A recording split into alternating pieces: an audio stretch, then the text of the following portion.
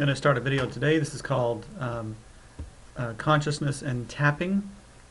And we're going to be discussing consciousness, kind of a snapshot of consciousness. I know I talk about it quite a bit, but I want to go into another level of it, superconscious or superconsciousness, and tie that into tapping and helping to explain how visualization and working with something helps to create that experience in the physical world. So let's get started. You've probably all seen the iceberg analogy of the conscious and the subconscious mind. Basically, it's an iceberg floating in water. What's above the water is what's conscious. That's the part that you know about, because basically there's one aspect of mind. There's one mind. You only have one mind, just like you have only one brain. But we tend to take those apart. So in the brain, you take the brain apart and look at different parts to help understand the whole brain together. Consciousness is the same way. You've got one consciousness, one mind, and we take it apart so it's easier to understand. So the conscious mind represents that which you are aware of. The subconscious, or also called unconscious, is that which you are unaware of. So in the unconscious are lots of things you had in your childhood, and you've suppressed it, and they're hidden. It's in the dark. So what's above the water is in the light you're aware of, and what's in the subconscious is in the dark. And we have both negative and positive aspects in both. You know, when you're negative, when you're aware that you're being negative or impatient, that's in your conscious mind. But at the same time, we have lots of things in our unconscious that are running the show that we are unaware of. So I'm going to help you see that maybe in a different way and help you understand, hopefully. So what I want to bring into reality before we get started here is that our consciousness, our mind, is at the very least creating our experience of reality. And if you're believing quantum mechanics and everything else, it is actually creating our experience. So, but at the very, very least, it is creating our experience of it. And the thing about that is that our conscious and subconscious, when they are not in sync, they create separately. They'll create two different realities. For example, in this picture now on the screen, you've got your conscious mind, and it's projecting out into reality. And then you have your subconscious mind, which comes from the same creative energy, is also projecting out into reality. And the thing that I want you to show here is that the subconscious mind, we're unaware of more than we're aware of. So typically what's in the subconscious mind has a lot more power because it's had time to build, and we're unconscious, and it connects to other ideas. And this type of mind is called the split, the dualistic, or polarized mind. And when we're like this, we are creating from two different aspects of ourself. And literally, you've heard of parasites before, right? Parasites, if you break that word down, it means two-sided. When we have a split mind, we act like parasites to ourselves and other people. We are creating two different realities at one time. So I'm going to explain that a little bit more. So the con and sub have the same creative power. They are, in essence, creative thought. What this means is that if your con and sub don't agree on something, you will be creating two conflicting realities. You will create wanting something and at the same time the inability to get it. This is the split or dualistic mind. It is heavily mirrored in our reality because unifying our consciousness, coming into integrity with ourself, which leads to spiritual integration, is a big part of what we're doing here on the earth. So our reality is all about the split, the concept of being separate. And the positive side of that is that it helps us grow in experience. So by having the experience of being split and conflicted, we actually gain the ability to unify, have harmony and peace. So we are born into a world where everyone is fighting. As spiritual babies, we get caught up in the fighting. Eventually, through the experiences of the fighting environment, a soul begins to desire peace and harmony. In other words, the environment, no matter how horrible, helps us to grow. Through this growth, we reach spiritual maturity. As spiritual mature beings, we have learned how to create and maintain peace and harmony in our minds, bodies, and life. And to me, that's a big goal of what we're here doing. We're creating the ability to remain harmonious with our minds and our bodies, our minds specifically, because everything else reflects out from that. If you are caught up in fighting something out there, you are helping to perpetuate the split, dualistic, polarized mind and the world experiences of that. This is fine because this is part of the purpose of this reality. You will play this game until you really are ready to choose peace and harmony over struggle, conflict, and fighting. You can tell where you are because at any given moment the state of your mind, body, and life are reflecting your level of harmony within yourself. Why I'm going over this, I want you to take away 3 main points. I could keep going and make this into a 3-hour talk. I'm not going to do that. The main thing that I want you to walk away with from this, what I just said, is number 1, your conscious and subconscious are made of the same creative energy, stuff, mind. Number 2, they are simultaneously creating, at the very least, your experience of reality. Number 2, to the degree your conscious and subconscious are in agreement is to the degree you will have or not have a thing in your life. So I want you to really get that your conscious and subconscious are simultaneously creating reality. If you don't rein those things in together and become single focused, become single minded, then what happens is you begin to create and discreate at the same time. And you do this individually for your own life, and collectively you play into the game of everybody else too. I want to take this to a deeper level, the superconscious, which doesn't get talked about too much.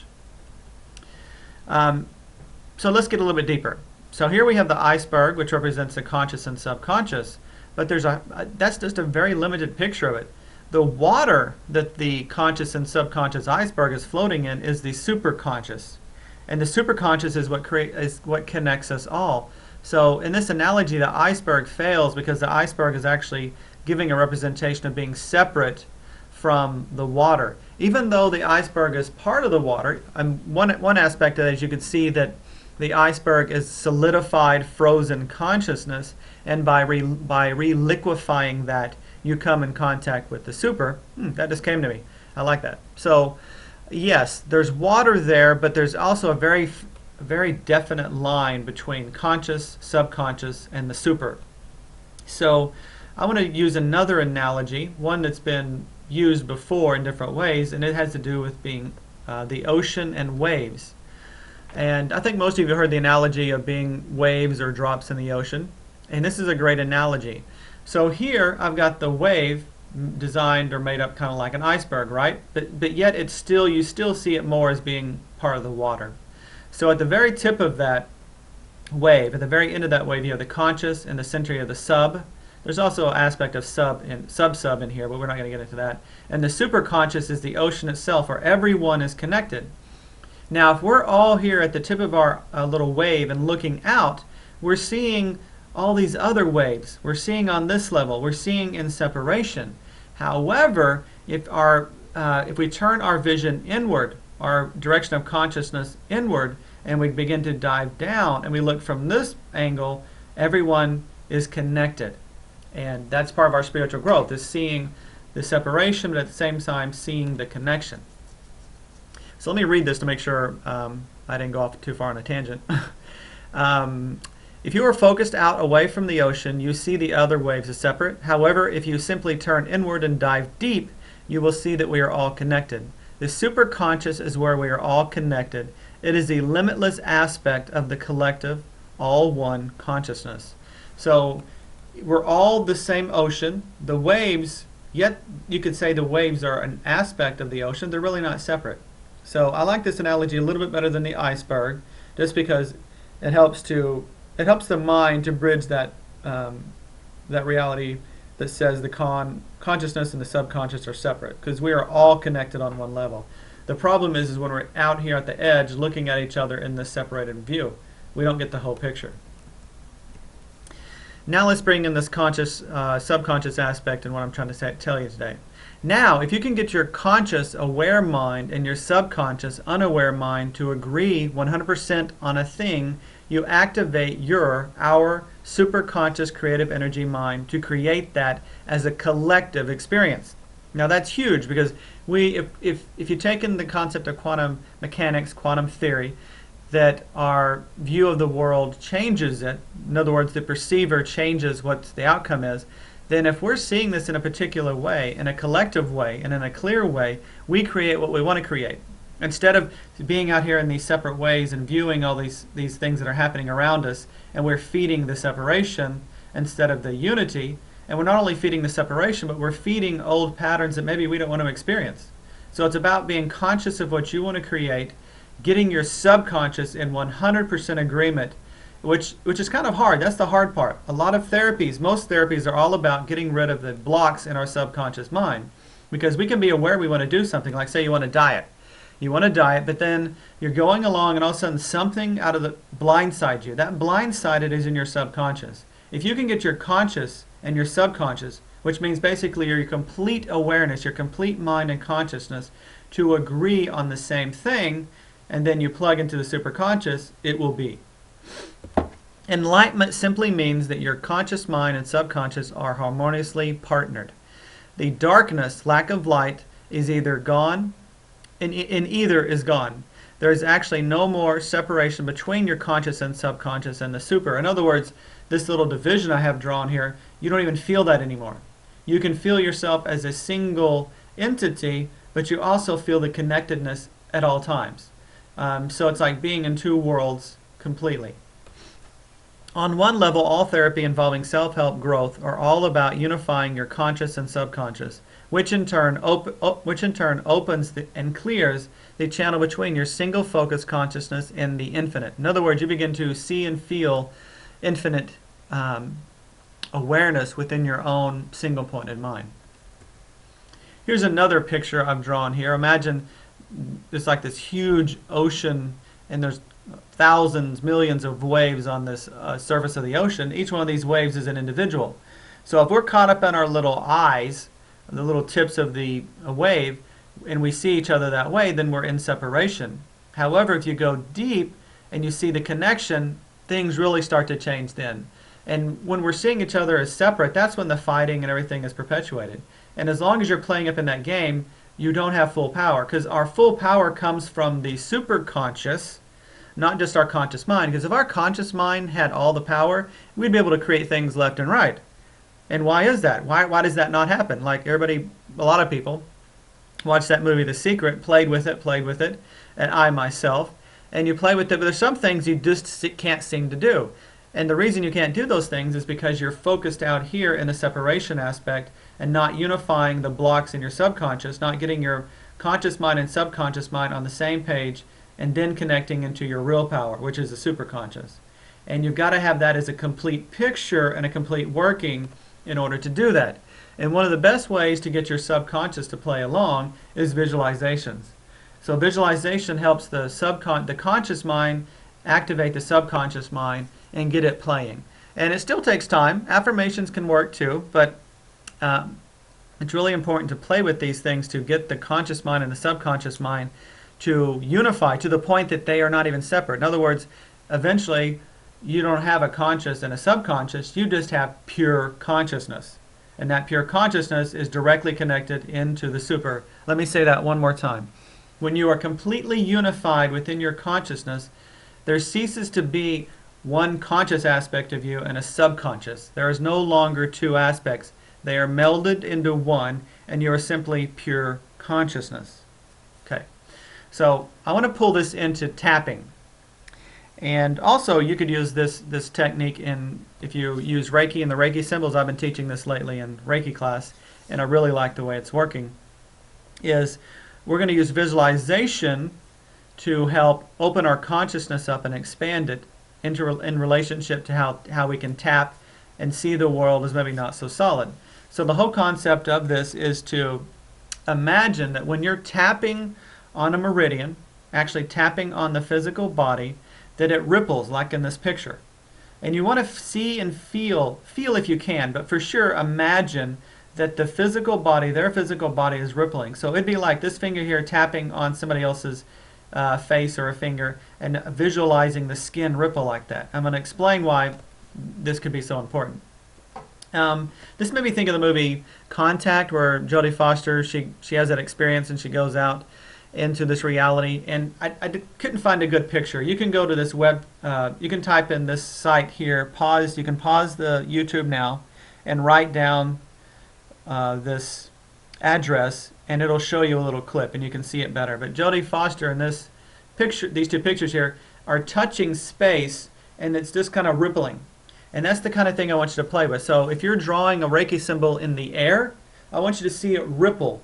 It's like you're not just drawing a symbol in space, but you're drawing it in some liquid type medium. And really, the physical body isn't all that physical when quantum mechanics, when it comes down to quantum mechanics, quantum physics. So I want you to start playing with, when you're doing the Reiki symbols and drawing them in the air or on the body or tapping with EFT on the body, imagine either the space or actually the physical body rippling. So imagine or feel that the physical body or your own or someone else's is rippling like water while you are tapping, which will help develop your third eye. It will also stimulate your subconscious to get involved in the play and help create experiences where the world doesn't seem so solid. So we can sit here in our mind and say, the world isn't all that solid, the world isn't all that solid. However, you've got to get your subconscious mind in agreement with your conscious mind if you want to have something fully experienced. Remember what I just said? You've got to have your conscious mind and your subconscious mind in complete agreement before it's going to show up. So you can say all you want in your head, like an affirmation, and if it doesn't penetrate into the subconscious and the subconscious doesn't agree, then you're only going to have that experience in your life to the level that those two things agree. Hope that makes sense. So by playing with this, you're stimulating your third eye, stretching your imagination, and you're helping to get the subconscious involved, because the imagination gets the subconscious involved. And quantum physics reveals that the physical world is mostly empty space. So it's not like we're trying to make something up. It's actually trying to see with pure consciousness, not clouded consciousness, what reality truly is. The movie Inception comes to mind. By stimulating your subconscious with visuals, it will start to fill in the details.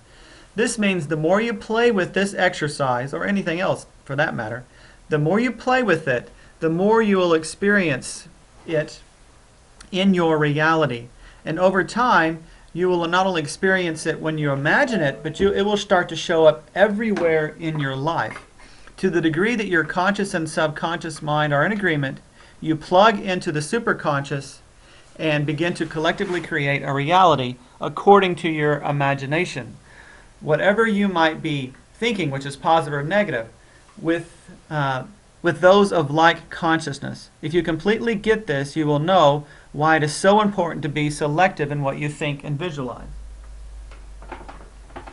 I had to get my cord here. My computer wanted to turn off. Okay, let me read that one more time. To the degree that your conscious and subconscious mind are in agreement, you plug into the superconscious and begin to collectively create a reality. In other words, more and more people begin to experience it as a collective, not just individually. And that's according to whatever you're imagining or thinking. And the thing to really keep in mind here is that can be positive or negative. So it's really important to be aware of what you think and visualize, because you're plugging into that reality and helping create it. And you're plugging into like consciousnesses based on what your con and subconsciousness are holding within them. So whatever shows up in your life is always synchronistic with your consciousness. So if you want to change what's in your life, you've got to change the conscious and subconscious to get on the same page so that you can create with like consciousness beings and people what you want to experience. So I hope that made sense. Just a quick little video to cover a couple of things. Number one thing to remember, conscious and subconscious are all one mind, all one consciousness, and they're both creating at the same time. So basically, you're creating two realities at once. Your goal is to get your consciousness and your subconscious on the same page so that you can have exactly what you want, because you're only going to experience what you want to the degree that your conscious and subconscious agree on it. If you're thinking, with your conscious mind you're doing an affirmation, I am wealthy, and in your subconscious mind you've got 3 programs from childhood telling you that you're never going to have enough money, those two things are going to conflict against one another, and you're going to create a mixture of both of those. Does that make sense? In other words, you're going to create where maybe you have a little more wealth, but then there's always going to be something that blocks you. So you've got to get your complete consciousness, sub and consciousness, on the same page. That's a lot of what our work here is to do on this planet, in this realm. And once you do that, once you unify that completely, that's what enlightenment is. Enlightenment is just a pure consciousness. And that enlightenment is a process. We have enlightenment ahas all the time, and it draws us closer and closer to that pure unification of consciousness, which is just simply being and things happen. So hopefully that makes sense. Try and play with tapping when you're tapping someone on the meridian points or yourself. Do your best to visualize the ripples and then even go beyond. Try to feel those ripples too. And what that's going to do is, as you imagine that and play with it, your subconscious is going to be seeing that more and more, because your visuals are going into your conscious and subconscious mind. And the more you visualize that, the more it will start to show up, not just when you play with it, but in your life in general. And that brings up the point to be really aware of what you visualize and play with, because it gets strengthened because it goes right into your subconscious. Anyway, I hope that's helpful for y'all, and I will be talking to y'all soon. I honor that place in you, where when you are in that place in you, and I'm in that place in me, we are one. We are made of the same star stuff, we breathe the same air, walk the same earth, and drink the same water. Namaste.